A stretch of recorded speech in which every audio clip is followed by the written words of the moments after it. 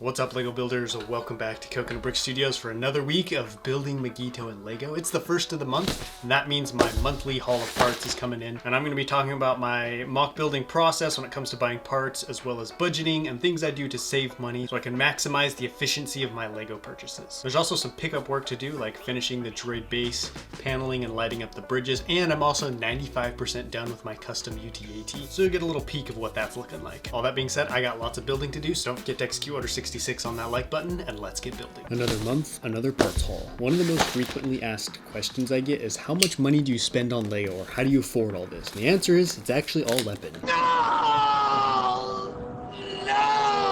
Definitely not, but there are a couple of things I do to try and keep costs low. The first is a monthly budget. I've been really loose with it over the past few months, but I have found having a number that I try not to go over helps me evaluate what I'm buying more and be more intentional with what I get. Second, I do all my Bricklink shopping in as few stores as possible at the beginning of the month. I buy a month's worth of parts in about a week, and this saves on shipping costs as I bundle as many parts as I can into one store. Plus, I find when I just make orders as I go throughout the month, I tend to make more of them, which means more money wasted on shipping, and I'm less efficient with grouping parts into a single store. This does require a lot of planning and discipline though, because I need to figure out what parts I'll need for a month's worth of videos. Along with the parts haul, I got two sets. And no surprise here, it's the new battle pack. I bought it for a couple of reasons, and let me tell you, it wasn't for the clones. Bruh. I just don't like the look of these new ones, from the gray under the helmets to the holes on the sides. I prefer the older realistic style of clone that dropped back in like 2014 or something. I got this battle pack for the droids, namely this tri-droid. I wanted to include some small ones to support the big one I'm going to build, and I do have some small ones, but they're the wrong color, so this battle pack dropping now really saved me some time and effort. Plus, I love how many droids are included,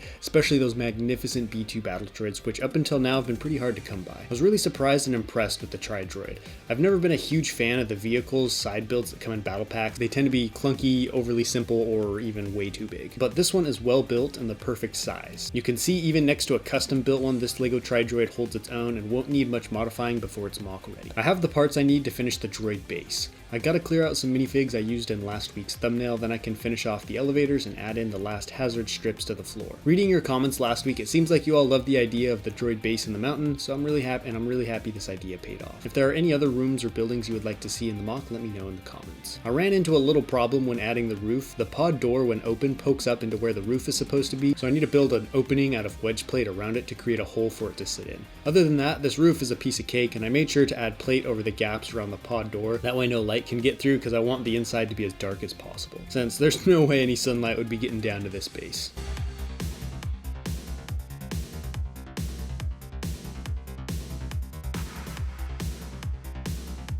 The last thing to do is add a couple rows of plate on top of the roof in line with the rest of the dark bluish gray sidewall. That way everything is at the same height and I can keep building more of this sidewall, which will be what happens next. I want to get this side of the rock work done, so next week I can lay the foundations of the city on this side, since I talked about how this rock wall will be at different heights over here, and over here is going to be the shortest. This will allow me to start building the city without needing the entire rock wall to be done. I was talking about snow last week, and a lot of people said I needed to have the most snow up here at the top of the mountain, which typically makes sense. The higher up the mountain you go, the snowier it gets, with the peak being completely covered in a lot of cases. But you have to take into account there's a massive city on top of this one with lights, buildings, and people all putting off heat, both on the surface and in the mountain. So there won't be blankets of snow up here on the rocks, but I definitely still want to have more snow the higher the mountain goes.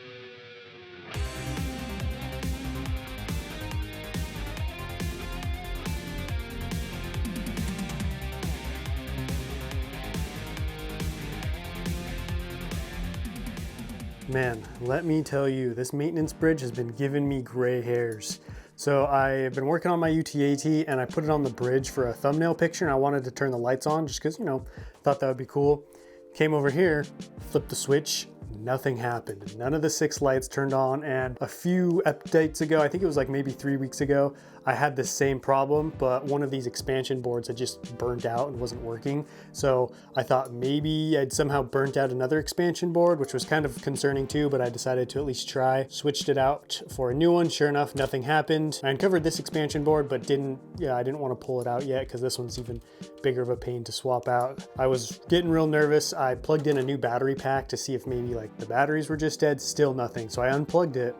I was sitting here thinking, trying to figure out what to do. Just so happened to flip the switch again, and look what happens this time. all the lights come on.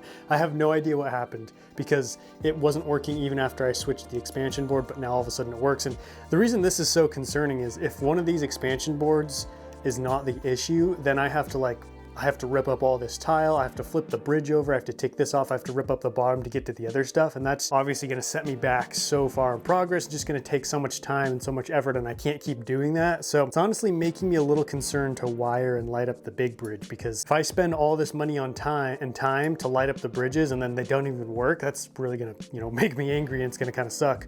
And I don't know what to do. Thankfully it's working, and I'm just gonna continue moving forward. I am still going to wire these, but it's definitely starting to get a little bit concerning as to the reliability of these lights. I don't know if it's because they are under the tile, but I mean, on Light My Bricks website and on their boxes, it says, they can be run between bricks, under bricks. So like, it's not like I'm doing something that I shouldn't be with these wires. Anyways, just glad the lights are working again. And speaking of the UTAT, check this out.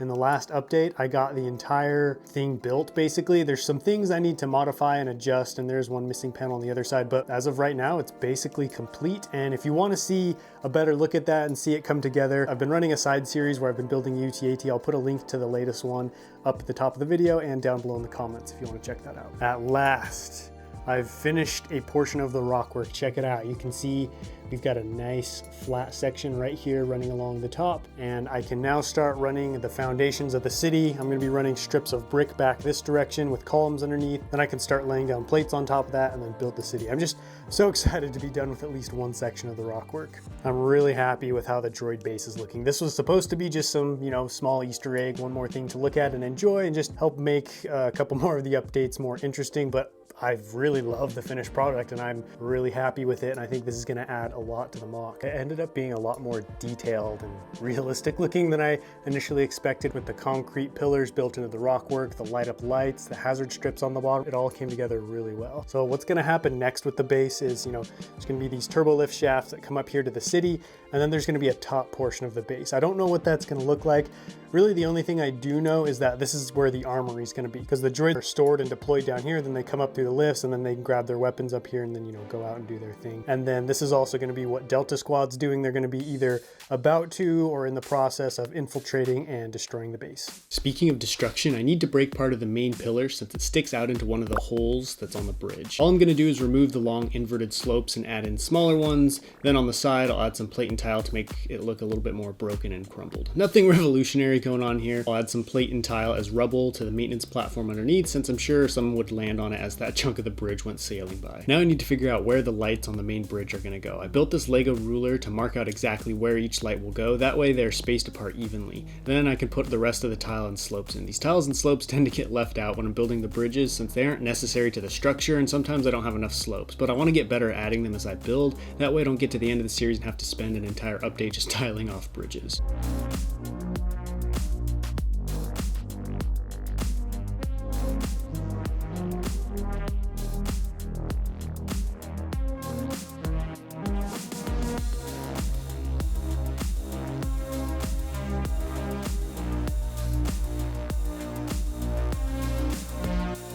Same with the side panels. They eat up so many slopes. I tend not to build them, but I have hardly any on the bridges right now, so it's time to buckle down. One thing I decided I don't like about these is where they sit on the bridge. There's a little lip or flat spot where the side slopes sit just short of the top ones, and I want to scoot the panels up a little to cover that gap and just make the whole thing look more round and smooth. But that means I have to move all the headlight bricks up one plate, which will take a while. Next, it's time to build some light posts. You've already seen what these will look like. I had a couple designs that I was considering, the single one and a double light post. I decided the double light post was too blocky and the single one just looks smoother and more realistic. But I only have enough parts to build 3 right now.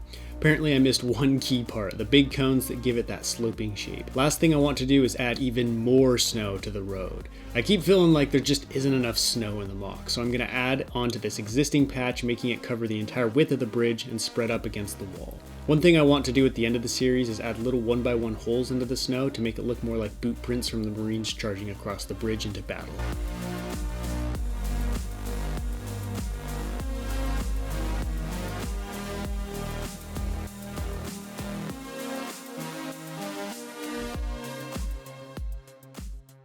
Well, the bridge continues to look better and better. I'm glad I was able to get some of these side panels on. It's going to look really nice when I have them all on.